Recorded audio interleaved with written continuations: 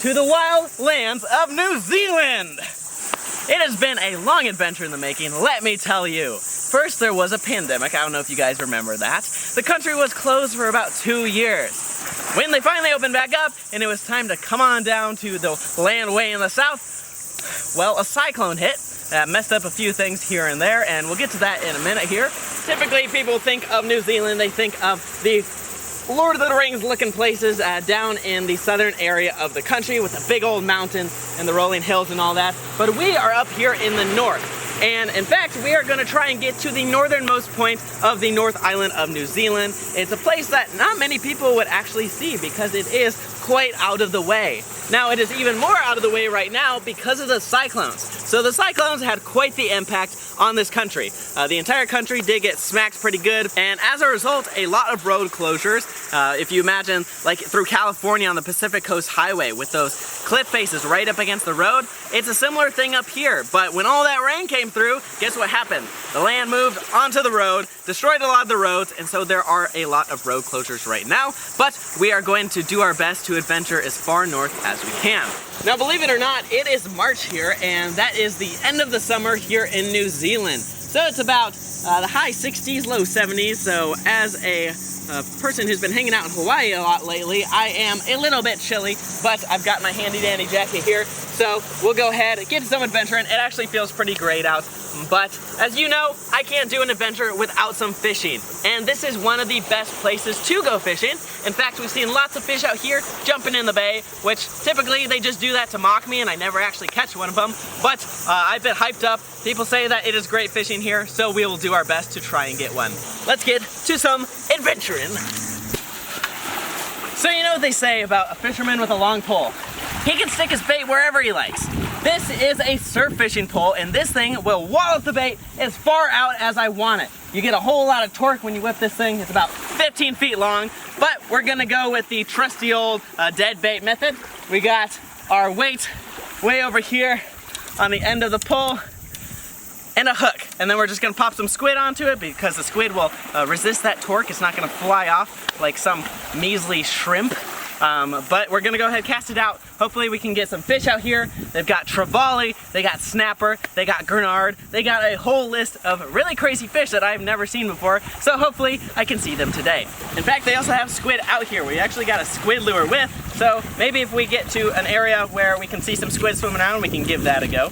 It's quite an interesting little lure that you use to catch those guys. It's all spiky, grabs onto them. Now we have a block of squid actually, so I'm gonna stick my hand in that. Nothing beats smelling like squid up to the elbow at 9 a.m.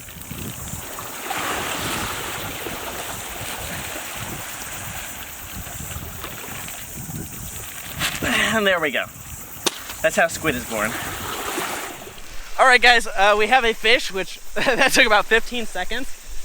That was actually really surprising. It's coming with us, not putting up much of a fight. Maybe it's a smaller fish, or maybe I'm just dreaming. Oh yeah, there is a fish, my goodness, look at that. I'm not used to catching fish. That's usually I try and nothing happens. Alrighty guys, so we got a little snapper here, and yes, this is considered a little one, so that means there are probably big ones out there. But you can see he's got these iridescent blue spots when the light hits him correctly. It's an absolutely beautiful fish, but we'll go ahead and put him back in the water so he can go tell his bigger friends what a delicious snack that squid was.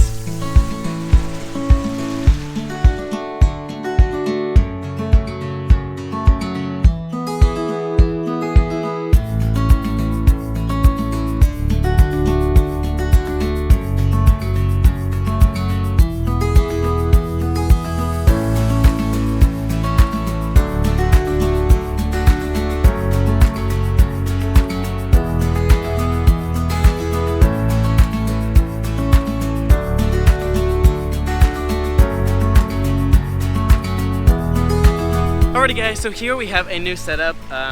Going for the big boys. We have the opportunity to utilize a dead fish, and so we've got the tail on this massive chunk of meat with a big old circle hook, and then a weight that will have these little legs to grab onto the sand, and when you pull on it, it actually releases those legs. So once you set the hook, it'll release those legs so it's not a struggle to reel in, and you can reel your fish in. So we're gonna try and get this out as far as possible and set it up, and if something's biting it, it's gonna be big. So here we go.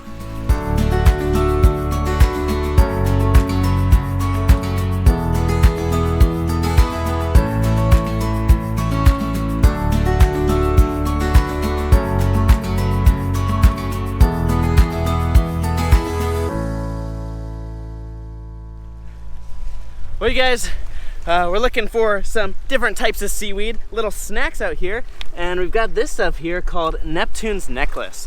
So this stuff you can actually eat raw. Tastes like fresh vegetables, but you can also fire it off at your friends and or enemies. Pew!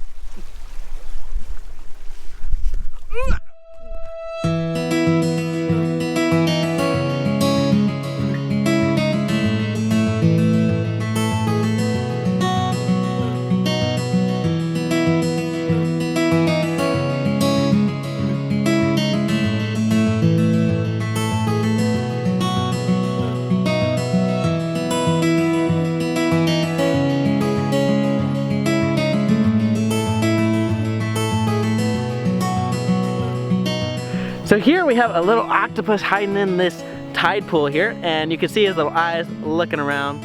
He's also got some little cells in his skin that will actually allow him to change color, and you can see him camouflaging to blend in with his surroundings, try and look like some seaweed, but he's got 8 little tentacles there, and he'll reach out and feel around his environment.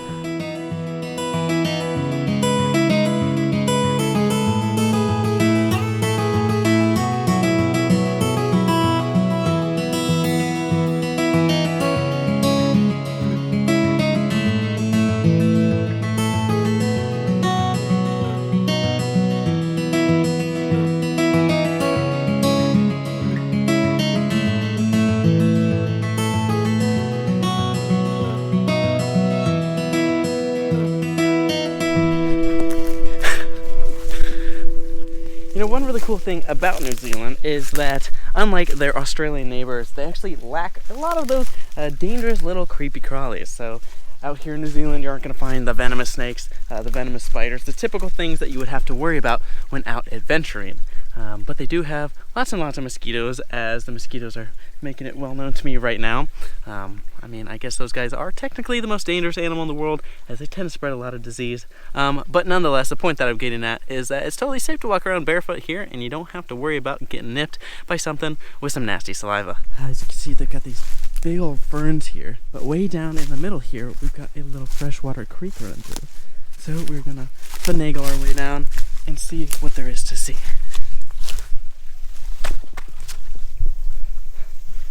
Alright guys, so we're down in the creek bed now, going on a little bit of a trout hunt.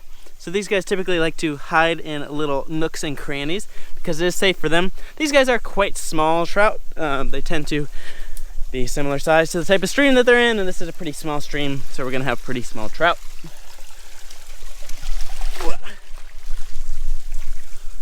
And then up above us you can see all the tree ferns, all the fronds hanging out over us, making it nice and shady.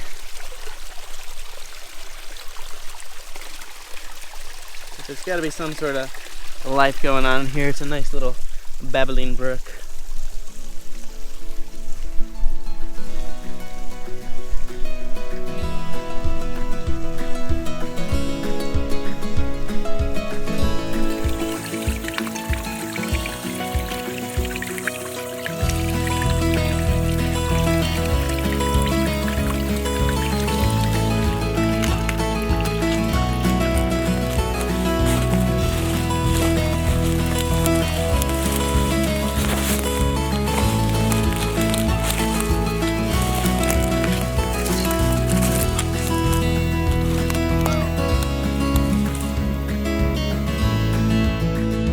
Alright guys, so we are down here by a wild edible. So if you can see the little pods growing on this guy right here, this is actually a gooseberry plant, and they look pretty alien.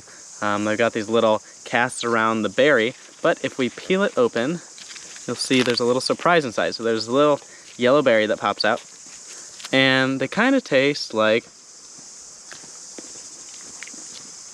like a real tart, sweet tomato. It's kind of like a little piece of candy. But the little pods just look so interesting. Look at them growing there. Here's one that's kind of worn away. So this is one pretty cool thing that I never really see hardly ever in the United States. But I see a lot of them in the grocery store, but never growing out in the wild like this. So look at all of these guys. Those are ladyfinger bananas. So these are going to be a non-modified variety. Like you see the huge ones in the grocery store. These are some little guys, but they still taste great and they are still very much edible. And so we're gonna go ahead and harvest this bunch. There are probably 100 little bananas on here, but the process with this. So banana trees aren't woody like woody trees. So these guys have soft tissues and they're quite fast growing. They're full of water. These things are just packed with water. But once they go ahead and produce fruit, that is the end of their life cycle. So what we're gonna do is we're gonna go ahead and chop it down and bring down the fruit, go ahead and harvest the fruit, process it, allow it to ripen. But as you can see, it's got a whole lot of little offshoots here, so it's going to continue to grow even without this big old stalk here. So we'll go ahead and get it done. So we're gonna start off the process with a saw, go ahead and get into the main stem of it. And then once it's down, we'll go ahead, bust out the clippers. Maybe you have to use the saw because it is a pretty big little piece coming off there holding the bananas to the tree, and go ahead and detach the whole lot of them. But let's get a saw in. Oh, it's like butter. That's 2/3, surely. Oh yeah, it's coming down.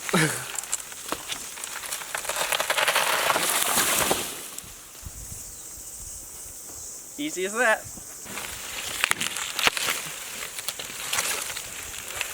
So here's what we're going after. Got a whole bunch of bananas. We did have one little casualty. So you can see it looks just like a banana on the inside, but you can definitely smell it's not quite ripe there. And a teeny baby banana. But we'll go ahead and detach the little stem here from the rest of the tree. And we got ourselves a whole bunches of bananas. Now another use for these banana trees is that these banana leaves are actually used in cooking. So Hawaiians and Maori will actually wrap food in it in the cooking process. But unfortunately, these leaves have been pretty walloped by the wind, so they are not usable.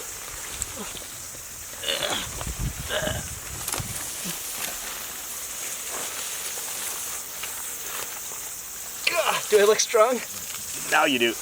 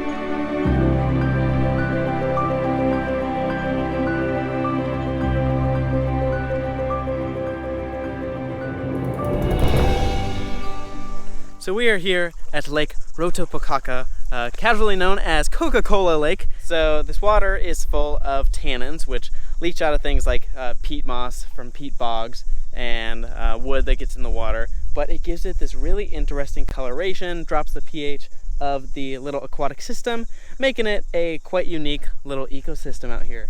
But yeah, look at that. You can't even see my feet anymore. Completely gone. Pretty crazy.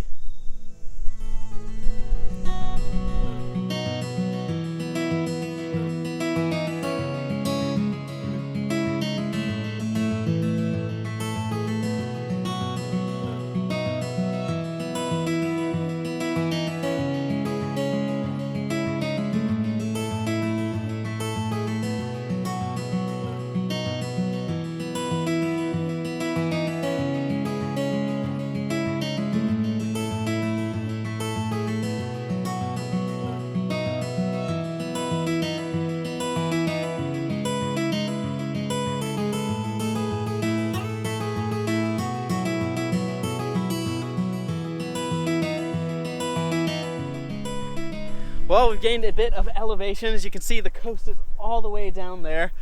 But I mean, look at the colors, you guys. Got this beautiful blue sky, beautiful blue water, and these rolling green hills. Well, hills, more like mountains. But we are getting closer and closer to the northernmost point of New Zealand. It is desolate up here. There's no people anywhere as far as the eye can see. And it's no wonder there are more sheep than people here in New Zealand, because we've seen lots of sheep, but not that many people. But you can see all the cool little plants here. But what an amazing view.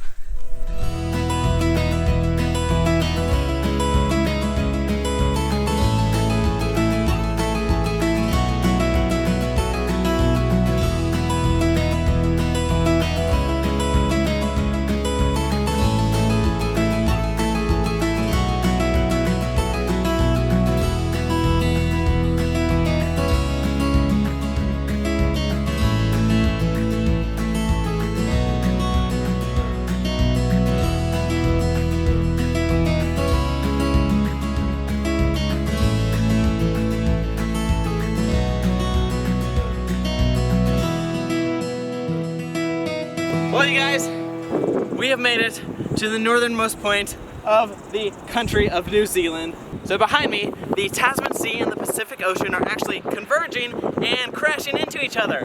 Some days you can even see a color difference in the two different salinities of the water. But take a look at this view. There's just nobody for miles. It is insane. Such a remote location. The South Pole is going to be yay far that way, Australia over in that direction, and then Los Angeles right over there.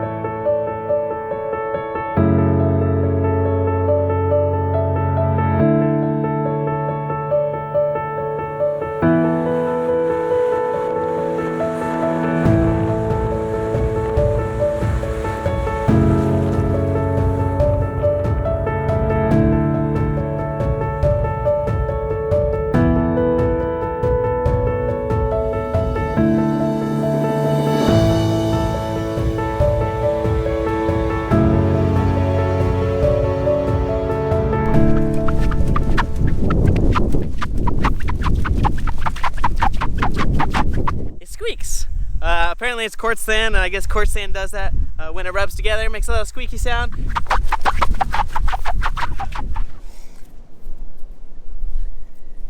I ripped off my toe skin.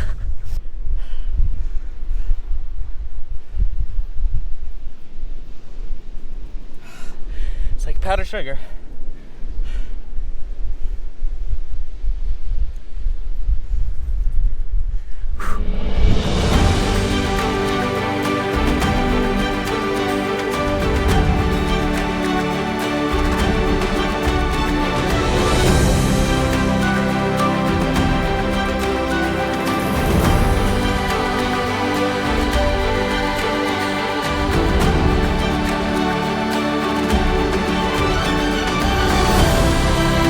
Alright, you guys, I'm here with Thomas, Elijah, and Nathaniel, some local kiwis, and since I've only been catching little tiny snapper, these guys are going to show me how it's done. They live quite a wild lifestyle, and I think they know a few tips and tricks that are going to lead us to the fish. Alright, so far I've only been using squid, like the dead stuff, right? Any recommendations on bait? What's the trick? Well, I like to use half yellow-eyed mullet. That's very good for big snapper. Okay. Alrighty. And you, sir, what fish do you think we're going to be catching out here? What's hanging out around these rocks? The most common fish we'll probably catch is snapper or kawai, but we could also catch trevally, gurnard, or pavoi. Alright. And then on that note, what's the best one to catch? I reckon kawai could have a nice fight, and it'll be fun to catch. Alright. Looking forward to it.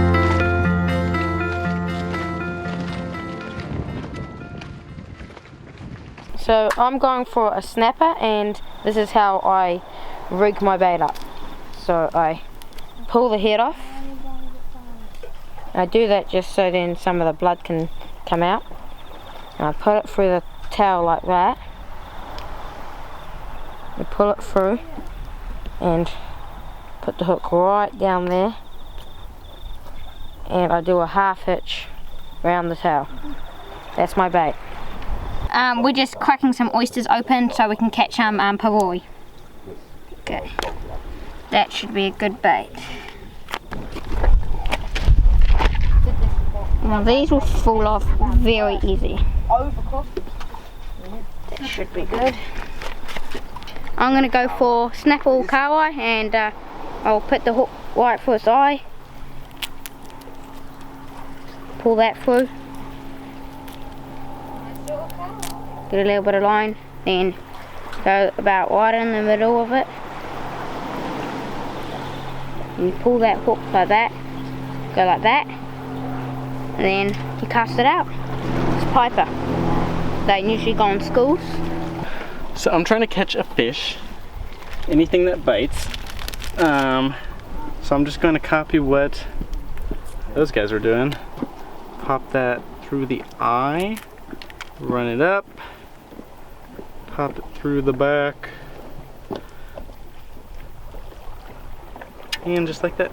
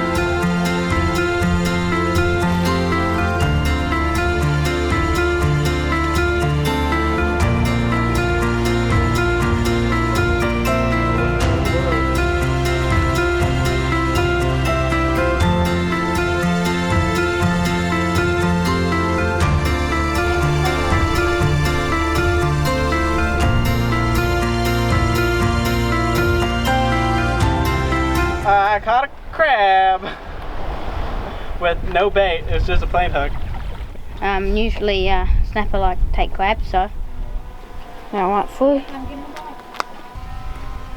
In, like that. Pass them out. Hopefully snapper will catch on the stick. Alright guys, first fish of the evening. What is it? It's a sweep. Sweep. Yep. It's quite a little guy? Yep. Do they come in larger sizes? Not much bigger. No? Alright boys, what's this one? Kawai. Kawai. Here I've got a snapper, and I caught it by sticking half a piper on, and I just let it. I just left my bait up there. I wasn't getting any bites. All of a sudden I got this massive pull, and then I just struck it, and I hooked this. Anyone eating the heart? Alright guys, today we're going to be sampling a heart of a snapper. So, bottoms up.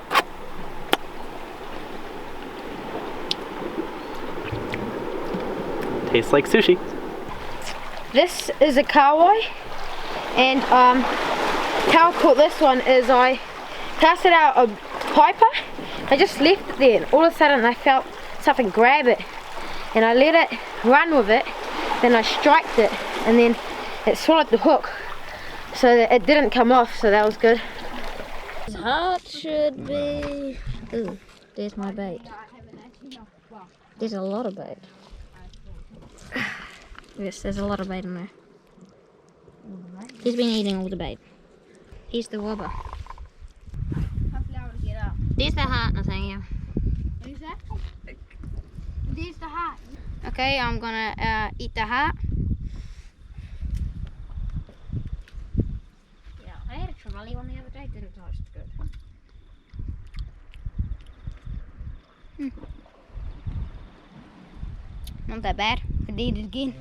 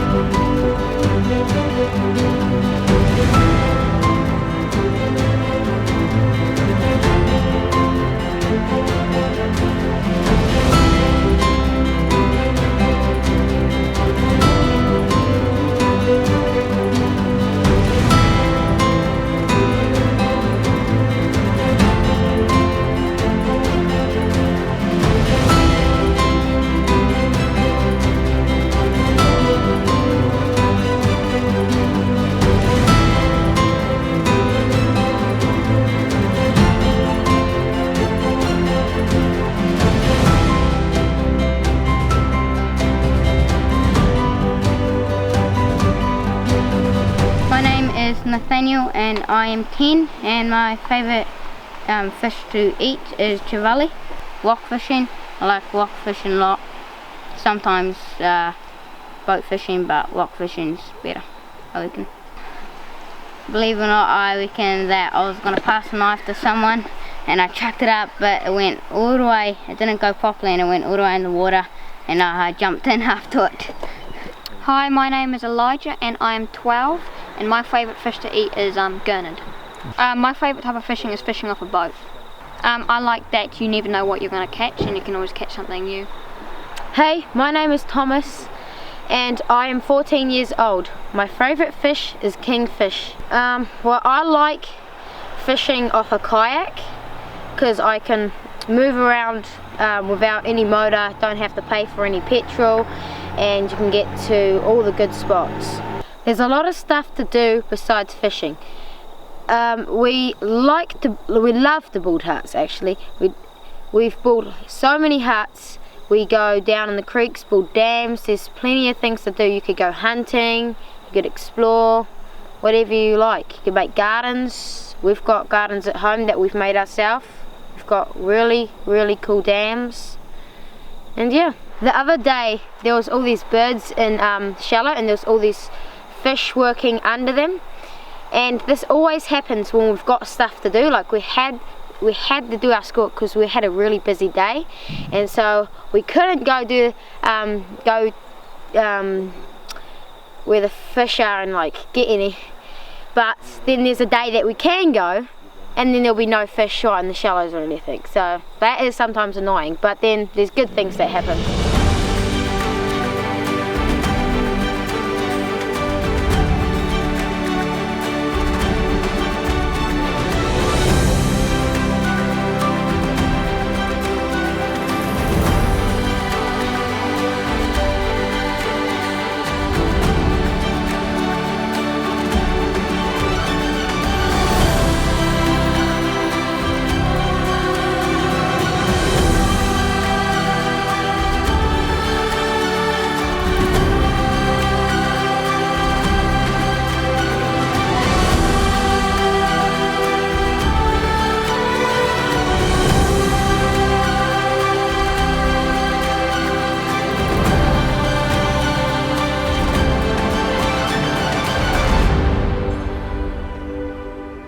So we are currently hiking through a native New Zealand forest, and it is absolutely stunning.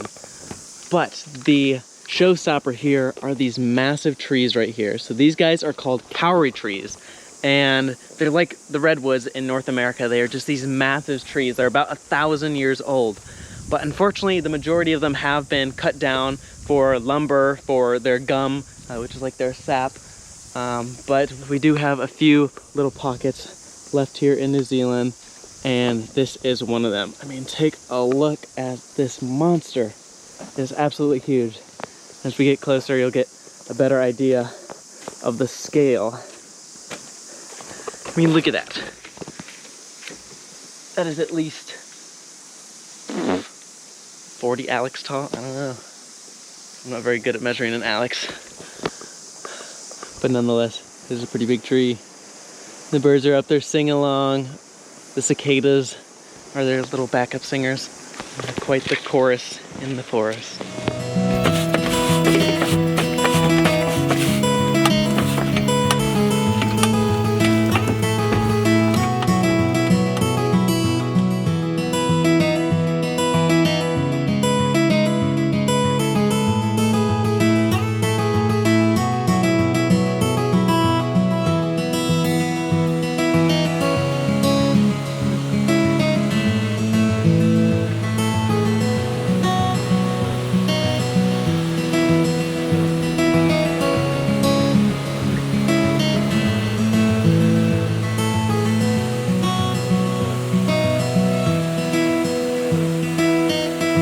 So flowing behind me is a waterfall known as Rainbow Falls. Now if you were to say the Maori name in an American accent, it would sound something like Waianiwaniwa. This thing is 27 meters tall.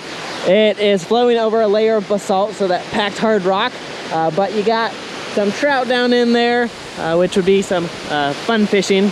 because we've seen lots of salt water, but finally got to some fresh water. So, quite the beautiful little scene, and when you get some direct sunlight, the reason it's called Rainbow Falls is because you're gonna get a rainbow right at the bottom. Now we just gotta find the pot of gold.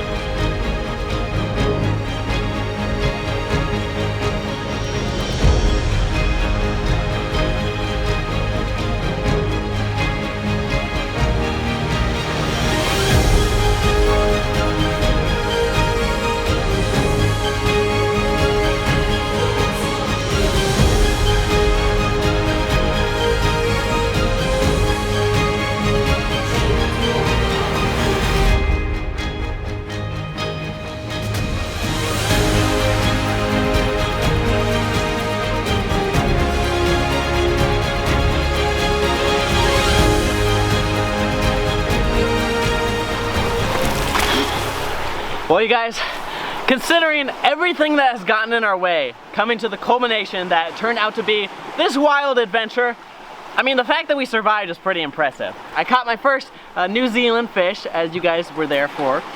Met some really wild kiwis. We've seen some beautiful coastline, and we made it all the way to the northernmost point of New Zealand. We've seen places that a lot of people really will never have the chance to see because it's such a remote and wild location. But unfortunately, like all good adventures, they do come to an end. The past 13 years of you guys following me, growing up, experiencing the great outdoors, it is time for a new generation of WILDerland. We don't know what it's gonna look like, when it's gonna happen, but all we know is that you guys will be along for the adventure. Who knows, maybe it'll involve some wild Kiwi kids with blonde mullets. Maybe it'll involve a little wild Alec somewhere out there that we have yet to meet. Who knows what it's going to look like moving forward, but regardless, you guys are gonna be there to experience, explore, thrive, and survive these wilder lands. So, until we begin again, well, you guys know what to do.